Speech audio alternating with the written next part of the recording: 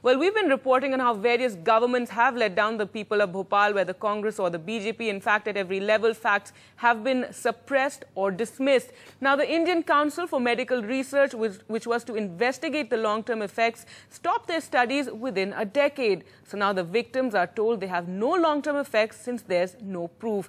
NDTV's Rayeesa Bi reports. Since the day they were hit by the gas, Rayeesa Bi has had breathing problems, has lost her eyesight and is bedridden. 14-year-old Suraj was born with congenital deformities.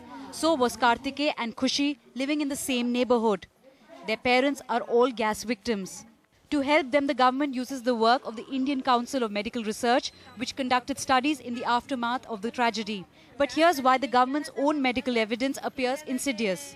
N.R. Bhandari, a principal investigator for the ICMR, in 5 out of 20 projects commission says the government has suppressed, never fully published the data.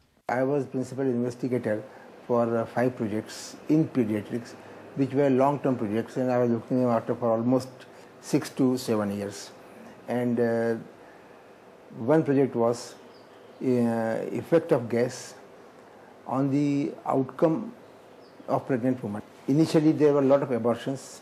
The incidence of abortion was 24% in those women, which was very, very high as compared to normal rates of abortion. Now, my point is that these studies were done under mass supervision for 6 years. For each of the studies, we had large number of staff. Money was, of course, lavishly spent by ICMR. Now, all the data was collected. We were preparing data, analyzing it, everything was coming.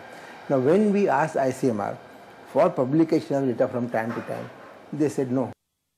In response, the ICMR says they did study the effects for 10 long years. Didn't feel the need to continue. They also say they have published all the reports in a book. Strangely enough, the book given to us did not have N.R. Bhandari's name anywhere, and the publication is dated 1987.